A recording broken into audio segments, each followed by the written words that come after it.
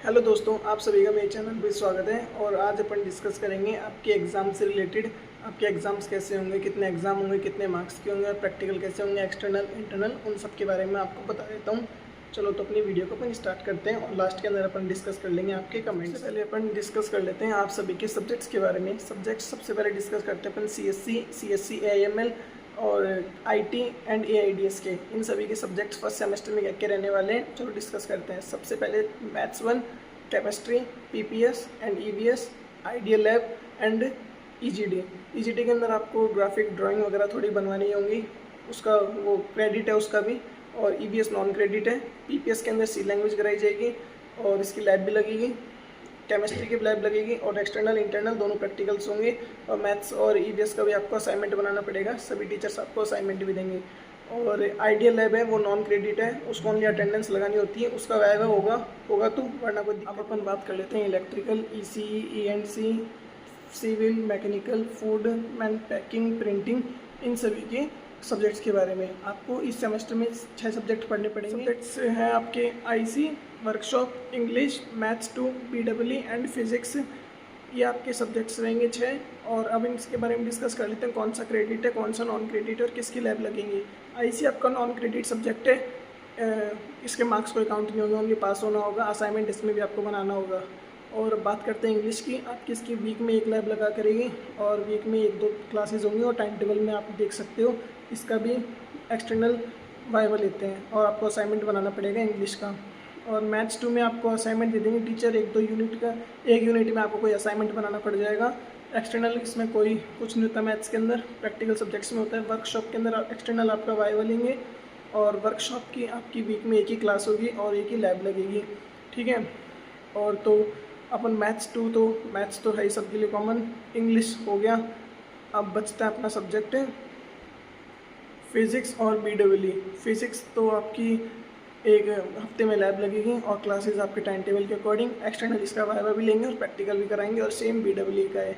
BEE क्या subject है, basic electrical engineering. अब आप सभी का एक डाउट होगा, आपने बोला था कि फर्स्ट ईयर में सभी के सेम सब्जेक्ट होते हैं, सभी को सेम पढ़ना पड़ता है।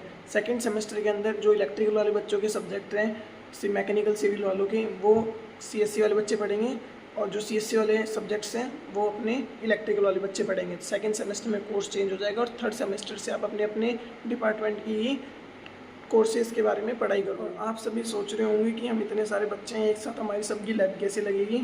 आपकी क्लास में ऑलमोस्ट 60 या 70 बच्चे होंगे, तो उसके 3 ग्रुप बना दिए जाएंगे। सभी ग्रुप की लैब हुआ करेगी, जैसे G1, G2, G3 हो जाएंगे 3 ग्रुप, किसी की फिजिक्स की, किसी की BEE की, किसी की इंग्लिश की, ऐसे आपकी लैब लगेंगी। और अब अपन डिस्कस कर लेते हैं आपके एग्ज़ाम्स के बारे में। एग्ज़ाम्स कैसे होंगे, एग्ज़ाम्स यहाँ पर एक तो होते हैं माइनर और एक होते हैं मेजर, और एक प्रैक्टिकल्स भी लगा लो, पर वो इतने मायने नहीं रखते। माइनर और मेजर का डिस्कस कर लेते हैं। माइनर्स के अंदर क्या होगा, आपके 20 मार्क्स के टेस्ट होंगे, 3 माइनर होते हैं, 2 कंपलसरी होते हैं देने, और जो बच्चा दोनों में फेल हो जाता है उसको थर्ड माइनर देना होता है। थर्ड माइनर कौन सा होता है, ओपन बुक माइनर। उसके अंदर आप चीटिंग करके दे सकते हो बुक से, या कि वो टीचर इंटरनल मार्क्स देने होते हैं तो वो ओपन बुक करा लेते हैं। पर ओपन बुक माइनर कोई टीचर लेता नहीं है, वो 2 ही माइनर लेते हैं और वो टीचर्स पर डिपेंड रहते हैं। और आपके माइनर फर्स्ट की डेट्स मैं आपको बता देता हूँ कब से। फर्स्ट माइनर की डेट है 29 सितंबर से लेकर 1 अक्टूबर तक, और एक दिन में आपके 2 सब्जेक्ट के भी टेस्ट हो सकते हैं क्योंकि माइनर एग्जाम ही है। और आप सभी के सेकंड माइनर की डेट्स हैं 17 नवंबर से लेकर 19 नवंबर तक, एक दिन में 2 सब्जेक्ट होते हैं, ठीक है। और डेट्स थोड़ी आगे पीछे हो सकती हैं, इतना कंफर्म नहीं है, जैसी डेट्स आए मैंने उसके अकॉर्डिंग आपको बता दी है। और अब अपन डिस्कस कर लेते हैं थर्ड माइनर के बारे में। वो ओपन बुक माइनर होता है, वो टीचर्स पर डिपेंड होता है, वो कोई डिपार्टमेंट से उसकी कोई डेट नहीं आती है, आपके टीचर अपने अकॉर्डिंगली उसका टेस्ट ले लेते हैं। वो सभी बच्चों को नहीं देना होता, कुछ सेलेक्टेड बच्चों को ही देना होता है। टीचर बोलते हैं कोई बच्चा किसी माइनर में एब्सेंट होगा या फिर दोनों माइनर में से दोनों माइनर में फेल होगा तो उसको एक थर्ड माइनर देना ही पड़ेगा, क्योंकि टीचर अपने अकॉर्डिंगली नंबर नहीं चढ़ा सकते हो। प्रूफ होना चाहिए, हाँ भाई इसके इतने नंबर आए, तो मैंने इसको इंटरनल में इतने मार्क्स। माइनर एग्जाम्स का अपना डिस्कशन हो चुका है। अब अपन डिस्कस कर लेते हैं मेजर एग्जाम्स के बारे में। मेजर एग्जाम आपके दिसंबर के एंड तक स्टार्ट होंगे और जनवरी के फर्स्ट वीक तक ऑलमोस्ट ख़त्म हो जाएंगे। हमारे तो तभी ख़त्म हुए थे। और इसका रिजल्ट कब आएगा, इसका रिजल्ट आएगा आपका मई के लास्ट वीक में या फिर जून के फर्स्ट वीक में, ऐसा ही आया था हमारा रिजल्ट भी। इतना वेट मत करना कि आप डेली टेंशन लो भी रिजल्ट कब आएगा, एग्ज़ाम खत्म हो गए। ये आपका जून में जाके रिजल्ट आएगा फर्स्ट सेमेस्टर का। और प्रैक्टिकल एग्ज़ाम कब से होंगे हमारे, जैसे आपके मेजर एग्ज़ाम खत्म होंगे उसके 1 वीक के बाद आपके प्रैक्टिकल एग्ज़ाम होंगे।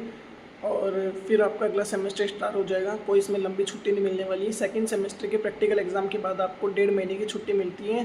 फर्स्ट सेमेस्टर के एग्ज़ाम्स के बाद आपको ओनली 1 हफ्ते की छुट्टी मिलेगी। उसके बाद आपके प्रैक्टिकल स्टार्ट हो। आप सभी के मन में एक डाउट आ रहा होगा, जो 2 माइनर होंगे वो दोनों काउंट होंगे क्या?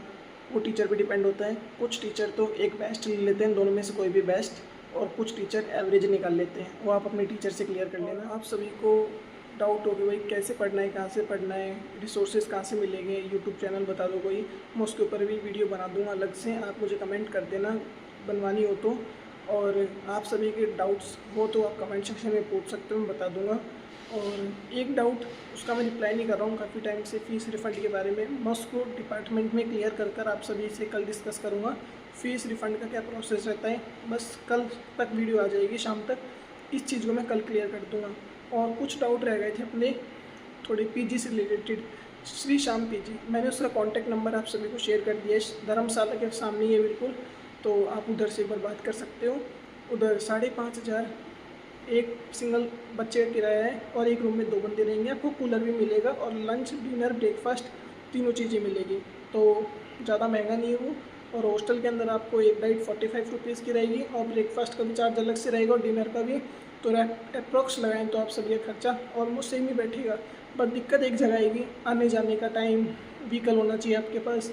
वह ऐसी दिक्कतों का सामना करना पड़ेगा, और वैसे ऐसी कोई बड़ी बात नहीं है। और गर्ल्स के पीजी भी बाहर अवेलेबल है, आप लेना चाहते हो तो गर्ल्स भी बाहर पीजी ले सकती हैं। और गर्ल्स का कमेंट आ रहे हैं कि हमें घर पर जाना होता है 2-3 दिन के लिए, तो उसके लिए क्या प्रोसेस रहता है? बस आपको रजिस्टर में एंट्री करनी होती है, और कोई एप्लीकेशन वगैरह कुछ नहीं देना होता, पेरेंट्स वगैरह से कोई कॉल नहीं कराना होता। और हॉस्टल और मैथ्स से रिलेटेड मैं कल एक वीडियो बना दूंगा। काफ़ी बच्चों के डाउट्स थे, वो सब कुछ क्लियर हो जाएंगे। सेकंड ईयर में हॉस्टल कैसे मिलेगा, मैथ्स का क्या सिस्टम रहता है, उसको कल कवर करूँगा। और आपको अगर ये वीडियो अच्छी लगी तो प्लीज़ वीडियो को लाइक कर देना और चैनल को सब्सक्राइब करना मत भूलना। और अब अपन मिलेंगे नेक्स्ट वीडियो में, तब तक के लिए बाय गाइस।